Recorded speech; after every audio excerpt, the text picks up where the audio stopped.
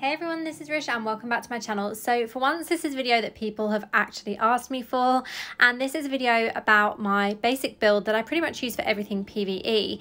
So this I use for Elder Rifts, I use for Cursed Towers, I use for dungeons, you name it. I pretty much use this apart from in PvP situations. So this is what all of the skills look like with the essences and the set items I've got equipped. And I'm going to go ahead and talk through top line what we're using, what essences I've got, what set items I'm using, and yeah, we'll test it out in open world as well. So let's take a look. Starting off with the helm, we've got Memory of Xiao Yu. So with this one, this turns Scorch into 4 flaming orbs that will rotate with you, and this moves when you are moving as well. Damage is also increased from Scorch by 18%, and this is a really nice essence. I really like this one.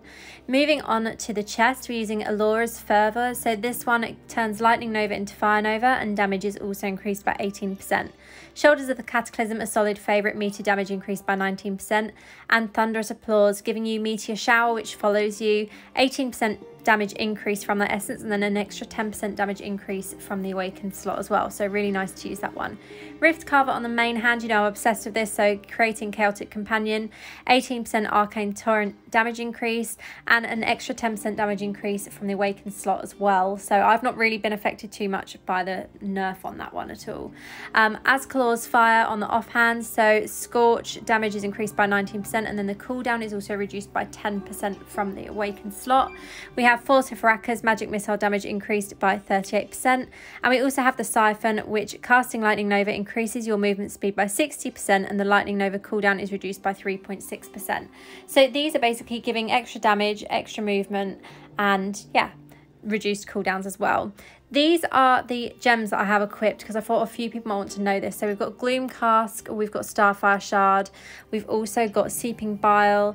I'm running with Berserker's Eye rank 10, Pain Clasp rank 10, I'm using Mother's Lament rank 10, I'm using Echoing Shade rank 4, and then we're using Blood-Soaked Jade as well. Also, just to quickly touch on the set items, so I'm using 4 pieces of Shalbas. So this gives the primary attack damage increased by 15%, and primary attacks gradually increase your primary attack speed up to 25%. And then I'm also using 2 pieces of Seeds of Sown Gold, so continually channeling a skill against an enemy, the skill damage will increase up to a maximum of 30%, so really nice. So we're going to go ahead and test this out in open world so you can see what it looks like. I'm also using the Weaver Paragon for this, so let's see how it looks. Another thing to mention is that with my warband roll, I get these extra bonuses. So I have the attack roll, and this increases my damage by 3.5%. I also have Manifest Carnage, which when critical hit chance is greater than 70%, critical damage is increased by 10%.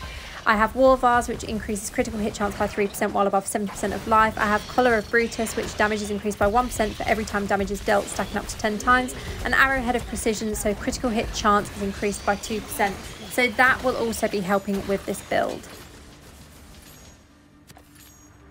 I expected an actual challenge.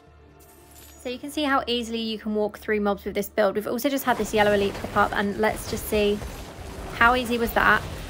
Also, I am running this on Inferno 2. I will go through my stats and everything in a second as well. But you can see with this build, you basically just walk through mobs, and there's pretty much always a skill ready to activate. The cooldowns are not too slow on any of them. So this is ideal for open world farming, rifts, Cursed Towers, because you can basically just charge through mobs really easily. And you've got that extra damage in the primary attack as well from the set items from Shalbas, but also from the essence on the main hand for Force of Raka's. So really nice build. I just love this. It just makes everything so fast and easy to do.